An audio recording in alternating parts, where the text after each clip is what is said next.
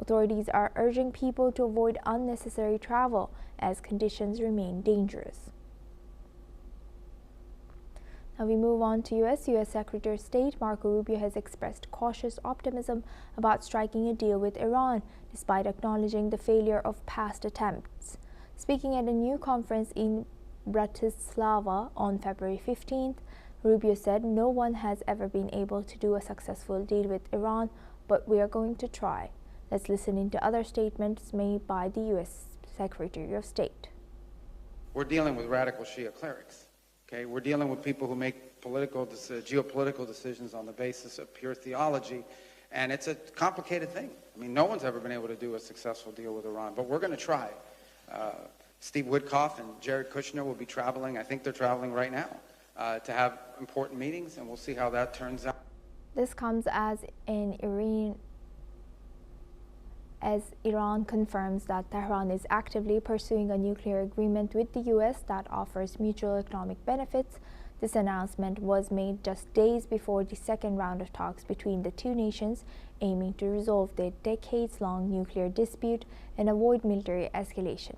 While the U.S. has deployed multiple aircraft carriers to the region and is preparing for a potential sustained military campaign, Rubio has highlighted that President Donald Trump remains committed to diplomacy and a negotiated solution, though he also warned that military action might be necessary if talks fail.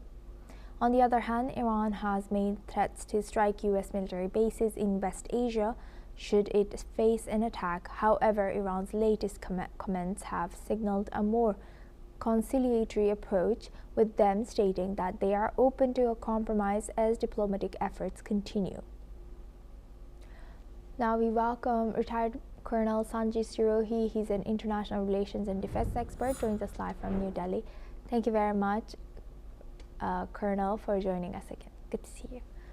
Now, looking at Iran and U.S., what do you think, as they say that they are not U.S., but as Iran says that they are ready to compromise, how does that compromise look like for Iran versus what would be acceptable for U.S.? Good morning, Asuma. Thank you very much for having me on the news channel and discussing something very, very important. Now, as regards the Iran and U.S. is concerned, there are multiple issues. The main issue when the United States started talking about the peace deal or negotiation, it was basically that the nuclear deal and Iran should not carry on the enrichment of uranium, which they have already done, and their reports are they have already reached the 60% enrichment of uranium, and that they have got about 450 kg of enriched uranium up to 60%. So America is very, very worried because this 60% can increase to 90% to make it a nuclear weapon. So that was the first point. But now what has happened is that Israel is not happy with this deal. Israel wants that there should be another two things which must be discussed with Iran, and Iran must be forced to accept those things. First is that there should be cap on the missile deployment and missile program. And secondly, Iran should be made to understand that they are not going to support their proxies, whether it was Hezbollah, it was Hamas or Houthis or any other organization which Iranians are supporting, that is the proxies in Iraq and all in the Middle East. So these are the 2 points which are still to be discussed, whereas Iran is very, very adamant. They have made it very clear that they are ready to discuss about the nuclear program, but not on any other program. So this is where the problem has come into. And now with the second round of talk, now if the Iran is talking about conciliation, then I think Iran may have thought, because the way the Americans are building up their military assets in all around Iran, so I think they are trying to pressurize Iran to come to some conclusion and to come to negotiation and accept whatever the Americans are asking for. Asuma. Yes, and Colonel, as we heard, President Trump told Israeli Prime Minister Benjamin Netanyahu last year that he would support Israeli strikes on Iran's ballistic missile program if nuclear talks fail between them. So what would be the risk allowing such, and how would it affect India and the neighboring nations, as it's not so far from Iran? Look, Asuma, if Yes. the war take place, then the biggest problem for not only India, for other countries also, who are banking on the oil supports from the Middle East. Because once the war starts, then the first thing Iran will do is they will close the Strait of Hormuz. Now, if the Strait of Hormuz is closed due to some conflict, or the Iranians deliberately try to control that Strait of Hormuz, then 20% of the oil which gets exported through Strait of Hormuz will be affected. And not only Iran oil, it will be oil of Kuwait, Bahrain, UAE, Saudi Arabia. It's all these, Iraq, all these countries will not be able to export their oil. So that is the main concern of the Middle Eastern countries. And that is why they are urging America not to attack Iran, because in that case, there will be a lot of turmoil in Middle East, as a result of which the supply chain of oil will get totally disrupted. And that is going to create a lot of problems, not only to Iran, but to all other countries who are banking on the oil support from Middle East.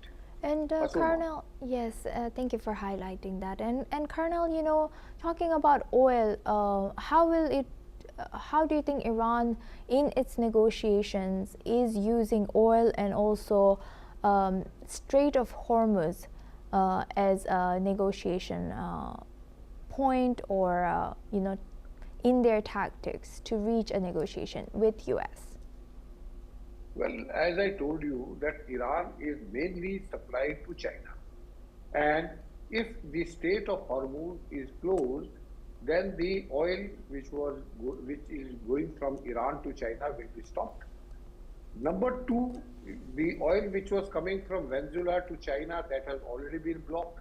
So the main problem will be for the Chinese, because then their supply chain of oil will get affected. So as a result of that, the Iranians are trying to negotiate with Americans on this point, that in case Iran is hit by the Americans and Israelis together, then Iran will hit all the military bases which are located in the Middle Eastern countries, whether it is Bahrain, Saudi Arabia, Kuwait, and UAE. So all these bases will be hit. And I'm telling you, if Iran, all sides are hit by Americans and Israel, then I have got no doubt in my mind that Iran will start hitting the oil sites of all other Middle Eastern countries. So that is a big problem, and that is why even Donald Trump is slightly reluctant to take military action, although the posturing is moving towards the military action. But I think it is more of a coercive point, that they are trying to put pressure on the Iranians that they must accept all the demands of Americans and Israelis together. Asuma. And last but not least, as building on your answer, as you mentioned, you know, even U.S. is hesitant to attack. How expensive is it for U.S. to move all these armadas to the region and maintain it ready, steady over there? And what would be the risk of Arab countries being driven into this conflict? Look, Asuma, the point is that all these aircraft carriers which have moved, like Abraham Lincoln has moved from South Pacific Sea, and Gerald Ford has moved from Caribbean. So all these move, when these armada, and it is only not one aircraft carrier, it is a complete ecosystem which moves with the aircraft carrier. So it is quite expensive. But Donald Trump also realizes that although this is expensive, but going into war will be more expensive. And the main point is that going into war, will monetarily it will be expensive, but it will be also expensive in terms of lives, because Americans will not be ready to accept the body bag. That is the biggest concern. Because if they get involved, it is not Iran, it's not Venezuela that they will finish the operation in a few hours.